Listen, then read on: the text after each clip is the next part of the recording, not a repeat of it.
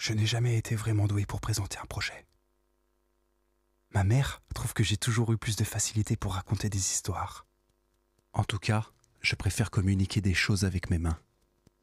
Je m'appelle Arthur, j'ai 32 ans et je fais de la musique. Et cela fait maintenant 2 années que je vide des stylos Bic sur du papier A4 de mauvaise qualité. C'est moi là, avec les instruments. Je me suis dit, autant faire les choses bien. La musique, je sais à peu près faire. Du montage vidéo aussi. Ça m'évitera des moments gênants avec une blague mal placée. Je suis ici pour vous parler de mon nouveau spectacle, Fantôme. Mais avant toute chose, je pense qu'il est important de vous parler du collectif La Méandre, car c'est ce qui m'anime et certainement grâce à lui que je suis ici aujourd'hui. Nous habitons un port rattaché à la jolie ville de Chalon-sur-Saône. Il est pour nous comme un gigantesque terrain de jeu. Ici, on bricole des trucs avec des machins. Cette liberté d'expérimenter au gré de nos envies est la plus belle réussite de notre collectif. Chez nous, il n'y a pas de capitaine, mais une vingtaine de vieux loups et vieilles louves de mer. Parfois, on organise des concerts inaudibles le lundi soir. D'autres fois, des compagnies venues des 4 coins de la France viennent à leur tour essayer des choses dans nos hangars. Depuis maintenant 6 ans, nous avons pris l'habitude de créer des spectacles dédiés à l'espace public. Bizarrement, la plupart de ces créations se passent à l'intérieur de caravanes. Je crois que ce qui nous intéresse là-dedans, c'est l'immersion qu'offre un tel espace. Bon, je ne vais pas vous mentir, on a tout de même de plus en plus la volonté de sortir de ces espaces exigus. Je pourrais vous parler de ces spectacles, mais comme vous le savez, je n'ai jamais été très doué pour présenter un projet. Je préfère donc m'attarder sur ma dernière création, Avion Papier. Je crois qu'elle vous sera utile pour comprendre l'enjeu de mon spectacle. Il s'agit d'un entresort en caravane et, un peu malgré moi, j'ai fabriqué une forme à la croisée des arts numériques, du théâtre d'objets et de la musique. J'entasse 14 spectateurs dans cette minuscule caravane et le plus drôle dans tout ça, c'est que l'assise y est confortable. Pendant 20 minutes, nous suivons une petite dame, dessinée au stylo Bic et animée par mes soins. Elle cherche à tout prix à quitter l'endroit d'où elle vient. Elle navigue dans chaque recoin de la caravane. Je suis le garant du bon déroulé de cette histoire. Je l'accompagne en musique avec des jouets et des objets électronisés. Lorsque c'est nécessaire, j'actionne des petites ficelles accrochées aux parois de la caravane pour créer de nouveaux espaces de projection.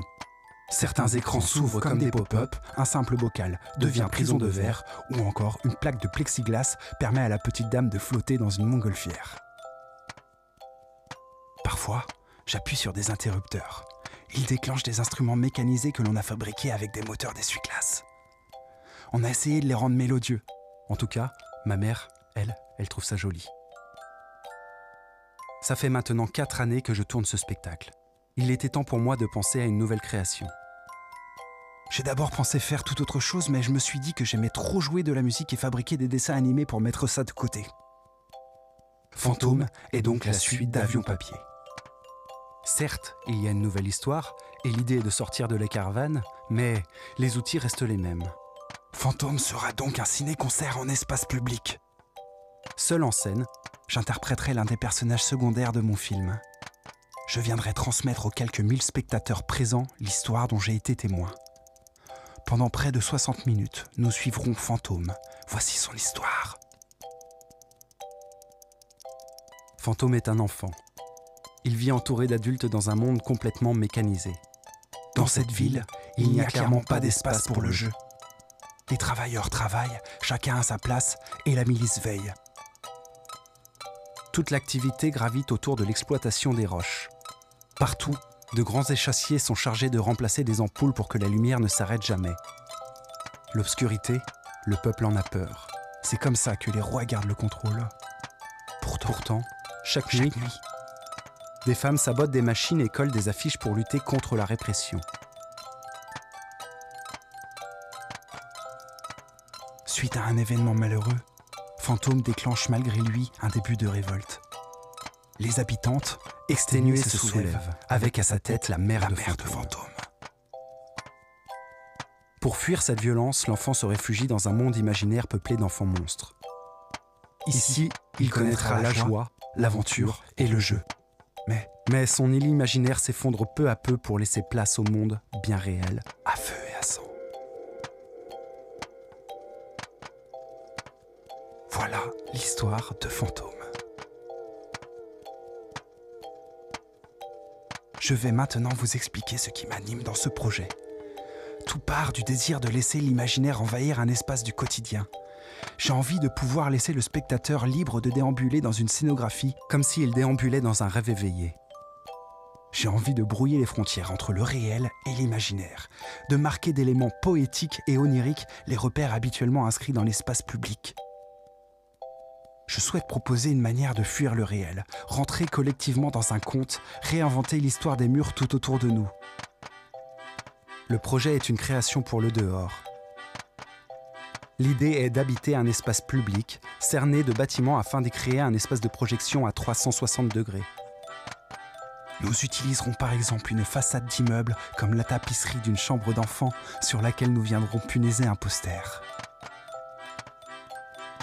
Nous y construirons un lieu d'immersion pour que les spectateurs se sentent totalement enveloppés par l'univers de Fantôme.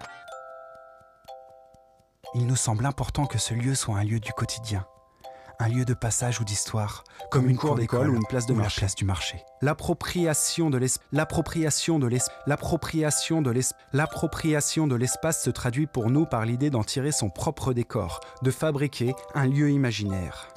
Nous avons envie de brouiller les repères et les fonctions habituelles de cet espace. Il deviendra le lieu de l'affection, l'accord complice entre l'histoire du film et la façon dont il prend vie auprès des spectateurs.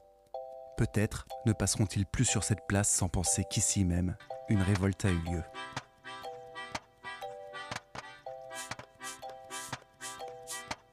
Je m'intéresse aussi au désir de révolte. Et je souhaite le faire exister au sein du spectacle. Souvent relayé par l'actualité, il participe à un besoin profond de changement radical. Qu'il s'agisse d'une marche pacifique ou d'un mouvement frontal, se rassembler, se soulever, c'est exprimer son désaccord. L'un des enjeux de ce spectacle est de proposer une portée poétique à la notion de révolte. Le monde dans lequel j'ai grandi porte son lot d'incohérences, mais aussi de beauté et de joie. Je rêve de ne ressentir que cela et d'oublier le reste. Le spectateur se retrouve dans un monde où les inégalités sont si creusées qu'il semble impossible de faire marche arrière. Nous irons fouiller à l'endroit de la limite entre la survie totalitaire et l'effondrement d'un système. Nous compterons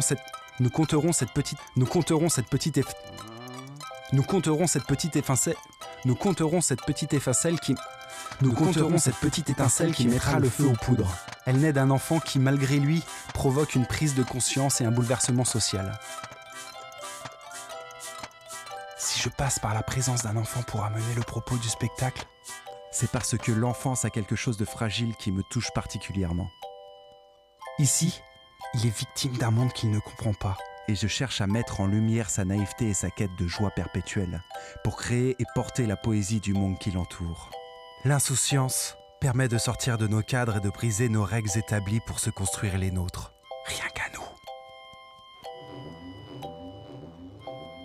Et puis, nous chercherons à faire sentir la grogne monter, de profiter d'un chaos pour y insérer toute la fougue nécessaire d'une colère.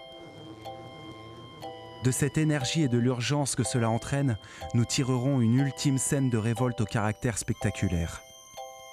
Dans une explosion musicale, des fumigènes s'allument, créant un brouillard coloré et tout se mettra en branle dans un chaos organisé.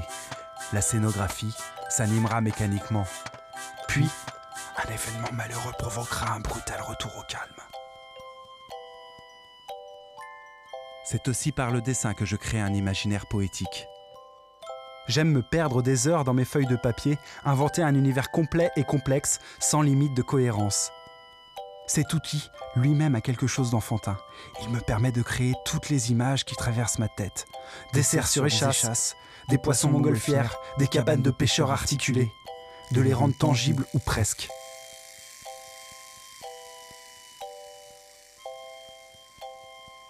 Grâce à ma musique, j'espère embarquer tout le monde dans cette aventure. Mes instruments seront pour la plupart fabriqués par nos soins.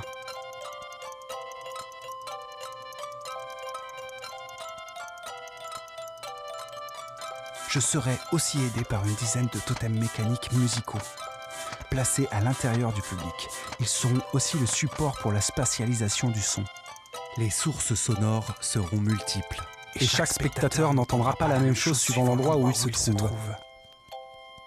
L'envie est d'offrir à chacun des spectateurs une adresse intime, de manière à ce qu'ils puissent s'approprier l'histoire, la ressentir de l'intérieur et participer à l'action. Il y aurait en quelque sorte un spectacle par spectateur. J'évoluerai seul, sur une structure de 10 mètres de longueur et 6 mètres de hauteur. Ce bâtiment est pour moi un vestige encore fumant de l'histoire de Fantôme. Il abritera le nécessaire pour bruiter le film et sera aussi l'espace principal de projection. Nous avons voulu que cette structure sorte du dessin animé, que son esthétique soit facilement identifiable. Sur ce décor, des machinistes m'aideront à actionner de nouveaux écrans, des portes, des fenêtres, des trucs. Peu à peu, l'image sortira de ces espaces et finira sa course sur les façades d'immeubles. Sortir du cadre, c'est un peu ça la magie du mapping. Prenons par exemple Fantôme. Il marche tranquillement, on s'attend à un changement de plan car nous vous avons suffisamment habitués à ça. Mais que se passe-t-il si Fantôme décide d'aller plus loin ? Quel reflet aura un objet si on l'utilise comme surface de projection ? Pour les férus d'art contemporain, oui, je suis un grand fan de Pierre Saurin. L'élément principal du décor est aujourd'hui bien avancé. Le dessin animé, lui, est quasiment terminé et en ce début d'année 2021, nous attaquons la première phase du vidéomapping. Je dis on, car même s'il s'agit d'un seul en scène, une grosse équipe m'accompagne, me conseille et me suit. Pour moi, c'est un peu ça l'importance du collectif La Méandre. J'ai avec moi 2 constructeurs, un expert en vidéomapping, une costumière, un ingé son, et croyez-moi, ils sont précieux. Je dois aussi vous présenter Clémence. C'est notre superbe chargée de production et de diffusion. Elle est vraiment balèze et drôle. Bonjour. Je suis assise dans la salle, j'ai un bonnet à rayures bleu et blanc. J'ai rejoint la grande équipe de La Méandre en mars dernier. En parlant de grande équipe, la sortie de création de Fantôme est prévue pour juin 2022. Et quand les tournées démarreront, nous serons 6 personnes sur la route. Oui, ça fait beaucoup, mais il fallait bien qu'Arthur calme ses ardeurs égocentrées. Et puis il faut au moins ça pour satisfaire 1000 spectateurs. Mais avant ça, il nous reste encore beaucoup de choses à faire. Il nous faut terminer le décor, mettre plein de mécanismes dessus, fabriquer une régie, passer le permis remorque pour transporter tout ça, projeter 60 minutes de film, mécaniser et sonoriser 10 totems, créer la bande-son, faire des costumes pour 6 personnes, apprendre à bouger dans l'espace, gérer un public et enfin combiner tout ça. Notre budget prévisionnel s'élève à 110 000 €. C'est nouveau pour nous et ça nous excite un peu. Nous sommes heureux de pouvoir déjà compter sur de nombreux soutiens, d'autant plus qu'il s'agit de structures d'horizons complètement différents. Nous continuons à prospecter pour des temps de résidence, des coproductions et des préachats. Car non seulement le matériel d'un spectacle de telle ampleur coûte cher, et aussi parce qu'on aime bien se salarier quand on travaille. Je crois qu'on vous a tout dit, mais comme vous le savez, je n'ai jamais été très bon pour présenter un projet.